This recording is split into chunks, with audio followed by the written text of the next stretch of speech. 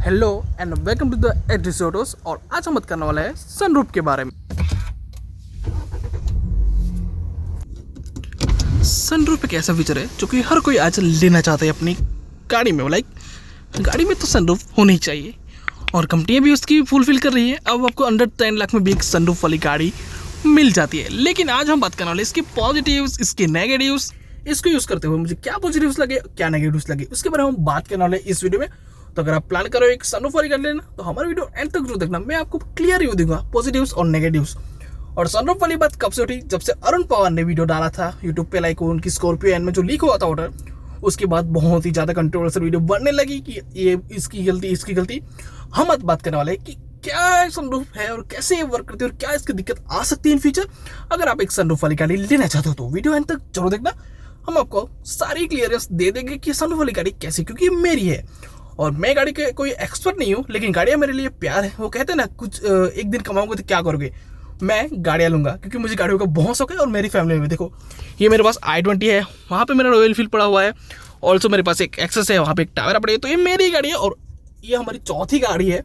तो हम बहुत ज़्यादा गाड़ी मतलब प्यार है हमसे।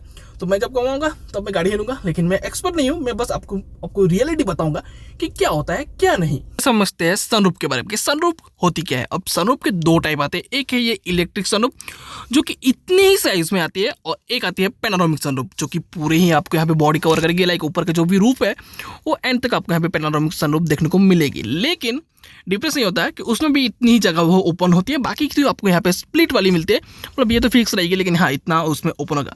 तो ये कुछ एक नॉर्मल सनरूफ आती है, एक पैनोरामिक सनरूफ आती है। हाँ, दूसरी आती है मून रूफ वगैरह और स्प्लिट वाले सनरूफ, लेकिन वो हाई एंड कार में होते हैं, वो प्रीमियम कार में होते हैं, वो आप बजट सेगमेंट में नहीं देखने को मिलती है। इलेक्ट्रिक सनरूफ की बात करते हैं, आपको सोनेट में मिल जाती है, वेन्यू में मिल जाती है, नेक्सॉन में मिल जाती है, और इसमें i20 मिल जाती है। और बहुत सारी ऐसी गाड़ी जो है इसमें आपको इलेक्ट्रिक सनरूफ जो कि इतनी साइज वाली आपको इसमें मिलती है।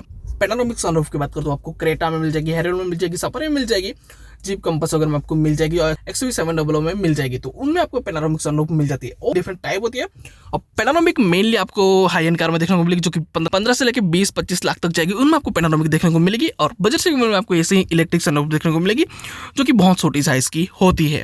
अब जब हमने देख लिया दो टाइप सनरूफ के, तो अब इसमें डिफरेंस भी होता है। ये इलेक्ट्रिक सनरूफ है, इसमें थोड़ा सा मैकेनिज्म अलग होता है, पैनोरामिक में थोड़ा सा अलग होता है। अब उसको भी समझते कि कैसे होता है, इसको जरूर प्रैक्टिकली समझते कि इसमें मैकेनिज्म कैसे चेंज होता है। ठीक है, तो चलिए इलेक्ट्रिक सनरूफ की पूरी मैकेनिज्म देखते हैं। तो पहले बात करें कंट्रोल्स की कि सनरूफ के कंट्रोल्स कैसे आते हैं और मेनली कैसे होते हैं। तो मैं लाइट चालू करता हूँ। हाँ, तो ये देखो यहाँ पे आपको एक बीच में स्विच मिलता है जो कि सनरूफ का कंट्रोल है। और ये हुंडई की कार है, तो हुंडई में सभी में आपको सेम कंट्रोलर देखने को मिलेगा, इवन क्रेटा वाला ही ये है। देखो ये जो सनरूफ है तो ये एक इलेक्ट्रिक सनरूफ है, लेकिन कंट्रोल आपको पैनोरामिक में सेम मिलेंगे। देखो इसमें आते हैं तो दो मोड। लाइक अगर आपको ऐसे करना तो ये देखो ये सिर्फ यही ओपन होगा। ये आपको एयर वेंटिलेशन में मदद करेगा। आपको फ्रेश एयर लानी है, मतलब आपको विंडो नहीं ओपन करनी है, फ्रेश एयर लानी है, फिर अंदर कुछ ऐसी हवा चल गई जिसको आपको निकलना जरूरी है, तो इसको तब इस टाइम पे देखो एक बार कर दो, इसको आप ऊपर पुश करोगे तो ये वेंटिलेशन वाला ओपन हो जाएगा और यहाँ से फ्रेश एयर आएगी। अब इसको बंद कैसे करें, तो आगे आप ऐसे प्रेस करोगे तो ये बंद हो जाएगी। तो देखो बंद हो गई। इसका दिक्कत ये है कि अगर कोई बच्चा बैठा है या फिर किसी से भी गलती से ऐसे हो गया तो देखो ये ओपन हो गई। अब वो गलती से अब ये कर्टन ऐसे लगा हुआ है, ठीक है। अब पता नहीं कि सनरूफ ओपन है या फिर नहीं है। हालांकि इसमें नोटिफिकेशन आता है, जब देखो मैं इसे बंद करूँगा तो यहाँ पे आपको क्लियर नोटिफिकेशन मिला है कि देखो यहाँ सनरूफ ओपन है। लेकिन सपोज मेरा या फिर मेरी फैमिली में से किसी का ध्यान नहीं गया तो ये ओपन रह सकती है। अगर बच्चे वजन नहीं भी करते तो वो ओपन हो सकते हैं, तो आपको दिक्कत हो सकता है अगर बाहर पार्किंग करते हो तो वो एक डिफरेंस है। फिर से मैं चालू कर लेता हूँ, वरना मेरी सनरूफ नहीं बंद होगी। हाँ, तो ये हो गया। इसको बंद करने का सिंपल तरीका, आगे पुश करो, ये बंद हो गई। ठीक है, क्लियर, कोई दिक्कत नहीं, ओके। अब बात करते हैं मेन सेंसर की। देखो ये मेन फंक्शन है। ये अगर आप इसको ऐसे पीछे कर दोगे तो पूरी खुल जाएगी। अगर कर्टन लगा हुआ है तो कर्टन भी इसके साथ पीछे चलाएगा। अब ये हो गई। अब एक लेवल तक ये खुल गई ऑटोमेटिक। आपको दिखाऊं तो एक लेवल की ऑटोमेटिक खुल गई, उसके बाद और एक प्रेस करोगे तो एकदम पीछे चली जाएगी। अब मैं आपको इंटरेस्टिंग थिंग बताता हूँ कि इसमें क्या दिक्कत है, एक पैनोरामिक और एक नॉर्मल सनरूफ में क्या डिफरेंस है, जो कि मैं मतलब समझ पा रहा हूँ या फिर मैंने सोचा है। जैसे कि मेरा मतलब मैं एक्सपर्ट नहीं हूँ, लेकिन मैं जो मतलब कंक्लूजन निकाला, क्योंकि मैंने पैनोरामिक वाली गाड़ी भी यूज़ की हुई है मेरे दोस्त की भी, तो उसमें भी बहुत ज़्यादा दिक्कत हुई थी हमको। लेकिन मैं मेनली दिक्कत बता रहा हूँ कि क्या डिफरेंस आपको देखने को एक्चुअली मिलता है और क्या इसमें पानी आता है। तो अभी आपको क्लियर करता हूँ ऊपर जाके। आ गए है ऊपर। अब ऊपर की देखो मैकेनिज्म देखो ये पूरी बॉडी है और बॉडी में इसे इम्प्लीमेंट किया हुआ है। अब ये जो इलेक्ट्रिक सनरूफ है वो बॉडी के अंदर चली जाती है, जो कि रूफ है हमारी उसके अंदर चली जाती है। और पैनोरामिक में क्या है कि पैनोरामिक में ऐसा ही ग्लास होने की वजह से वो जो है गाड़ी मतलब वो ये सनरूफ इसके ऊपर चली जाती है, तो वो उतना मैकेनिज्म चेंज है। और मेनली बात करें तो पैनोरामिक सनरूफ में आपको अंदर बिडिंग देखने को मिलती है, बजाय यहाँ पे इलेक्ट्रिक सनरूफ में आपको यहाँ पे ऊपर ही मिलती है, जो कि ईजिली निकल सकती है। ये देखो ईजिली ये बिडिंग निकल सकती है।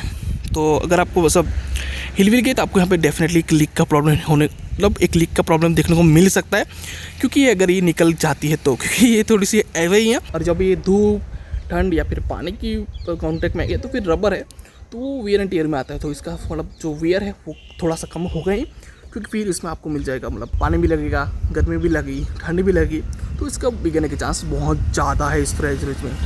अब बात करते हैं लीक की। देखो ये ऑलरेडी लीक हो चुका है मेरी गाड़ी में। देखो ये सब पानी के निशान है, जो कि पानी इसमें आया होगा जब बारिश आई थी या फिर वो कहते हैं ओस आती है तब इसमें पानी आया होगा। लेकिन इसमें पर्टिकुलर यहाँ पे होल्स बने हुए हैं और यहाँ पे होल्स बने हुए हैं कि जिससे वजह से पानी निकल पाए बाहर, और ये है एक एयर के लिए। लेकिन देखो आप चारों तरफ देखो, इसमें सब जगह पानी आया तो हुआ है, तो मतलब 100% वो वाटर प्रूफ नहीं है। लेकिन हाँ इसमें होल्स जरूर दिए गए हैं पानी को निकालने के लिए, जो कि इन दी एंड ये अंदर निकल जाए, मतलब यहाँ से एक होल है जो कि आपको बाहर निकाल देगा पानी को। इन शॉर्ट इतना मैकेनिज्म है। तो इन शॉर्ट पानी तो अंदर आता ही है, लेकिन हाँ उसके लिए पर्टिकुलर यहाँ पे होल दिए हुए है कंपनी ने, ताकि पानी जो है वो निकल पाए आसानी से। तो एज इट इज़ आपको पानी निकालने में दिक्कत ना हो। लेकिन लीक की प्रॉब्लम तो डेफिनेटली इस गाड़ी के साथ या फिर किसी भी सनरूफ वाली गाड़ी के साथ आपको होगी। हमने ऊपर जाकर देखा कि कैसे मैकेनिज्म काम करता है। ये रूफ के अंदर चली जाती है और पैनोरामिक जो होती है उसके ऊपर आती है। सिंपल। लीक की प्रॉब्लम भी आपको दिखा कि पानी इसमें डेफिनेटली अंदर आता है, लेकिन उसके पर्टिकुलर होल दिए हुए हैं जिससे वजह से वो नीचे चला जाता है। सिंपल, ये बात सिंपल हो गई। लेकिन जब आप इसको लाइक ये रबर की बीडिंग जो इसमें आती है वो टोटली ख़राब हो गई, तो मतलब समझो कि वो टोटली जो बीडिंग है वो ख़राब हो गई, तो फिर तो पानी के आने के चांस बहुत ज़्यादा। और सनरूफ की बात करते हुए कहीं पे भी नहीं लिखा हुआ कि 100% ये वाटर प्रूफ है। बहुत ज़्यादा गाड़ियों में ये दिक्कत आ चुकी है कि कुछ टाइम के बाद यहाँ पे पानी लीकेज की प्रॉब्लम होती ही होती है सनरूफ वाली गाड़ी में। तो इन शॉर्ट मैं यही कहना चाहूँगा कि लीकेज वाली प्रॉब्लम तो आपको होगी। प्लस अब जब ये सनरूफ वाली गाड़ी है, भले ही ये वाइट कार है पूरी, बट जब ये सनरूफ वाली है तो जब ये धूप में खड़े होते हैं डेफिनेटली यहाँ पे जो टेम्परेचर है वो बहुत बढ़ जाता है कंपेयर टू एक नॉर्मल कार से जिसमें सनरूफ नहीं है। तो जिसमें सनरूफ नहीं है वो थोड़ी सी ठंडी रहती है, और जिसमें अब इसमें सनरूफ है तो ये ग्लास है, कुछ भी कह लो इसमें कुछ भी प्रोडक्शन आ जाए, लेकिन ये टोटली ग्लास है तो ग्लास गर्म होगा, उसका जो हीट आएगा, जो इसकी जो हीट आएगी वो कैबिन में ही आएगी, तो डेफिनेटली कैबिन आपका गर्म होगा ही होगा। तो कंपेयर टू एक नॉन सनरूफ वाली कार तो ये ज़्यादा आपको गर्म होते देखने को मिलेगी। तो वही है, देखो इसमें आपको दिक्कत भी आएगी, मेंटेनेंस भी बहुत ज़्यादा आ सकता है इन फ्यूचर, क्योंकि जब तक वही वारंटी में तब तो हो जाएगा। लेकिन इसकी रबर बैंडिंग की बात करो, जो वियर एंड टियर में पार्ट आते हैं तो वो तो मुझे नहीं लगता कि वारंटी में वो कवर करेंगे। और जब भी आपकी वारंटी खत्म, देखो मेनली जब आप नहीं लोगे तब तो मैं नहीं मानता कि कोई एज इट इज आपको बड़ी दिक्कत मिलेगी, लेकिन हाँ एक टाइम के बाद ये आपको यहाँ पे दिक्कत देना स्टार्ट कर सकती है। और लीकेज की प्रॉब्लम 95% आती ही आती है। कहीं पे भी किसी भी कंपनी ने नहीं लिखा हो कि हमारी जो सनरूफ है उसमें आपको लीकेज नहीं मिलेगा। लीकेज होता है और इसी वजह से इन्होंने होल भी दे रखे हैं, लेकिन एक टाइम के बाद ज़्यादा भी हो सकता है, क्योंकि वो रबर की बीनिंग है। रबर की बीनिंग जब धूप या फिर ठंड में या फिर गर्मी में जब जाती है या फिर पानी लगता है तो आपको पता है कि रबर के पार्ट एक टाइम के बाद थोड़े से मतलब वीक हो जाते हैं, उसके बाद टूटने लगते हैं, तो वो भी दिक्कत आपको देखने को मिलेगी। तो इन शॉर्ट आपको अगर सनरूफ वाली गाड़ी लेनी है तो इस चीज़ की हेडेक आपको होगी, लीकेज की, गर्मी की, तो आपको मेंटेन करना पड़ेगा। प्लस यहाँ पे बहुत सारे बच्चे क्या करते हैं कि कुछ पेरेंट्स क्या करते हैं, बच्चे को क्या है गलती इसमें कि अपने बच्चों को निकाल देते हैं और फिर घूमते रहते हैं। वो चीज़ मत करना इस गाड़ी के साथ। तो इन शॉर्ट सनरूफ जो होती है वो होती है मतलब वाइब एंजॉय करने के लिए। अगर पहाड़ में गए, मस्त यहाँ पे बारिश हो रही है, तब आपको इसको कर्टेन हटाना है, उसके बाद देखना है। बहुत लोग क्या करते हैं हाईवे पे निकल जाते हैं, मतलब सनरूफ में से बाहर निकल जाते हैं, या फिर कुछ बच्चे जो रेगुलर निकल के जाते हैं। कल भी मैं सूरत गया था, मैं गुजरात से हूँ तो मैं कल सूरत गया था सिटी में, तो वहाँ पे BMW की कोई तो कार थी, मैंने मतलब दूर से मैं देख नहीं पाया, लेकिन येलो कलर की तो मैं देख ली कि उसमें 2 बच्चे बाहर निकले हुए थे और वो ट्रैफिक में थे। अब ट्रैफिक में आपको पता है कि सडन ब्रेक बहुत ज़्यादा होती है, तो वहाँ पे फिर आपका बच्चे का मुंह लग सकता है आगे, वो दिक्कत हो सकती है।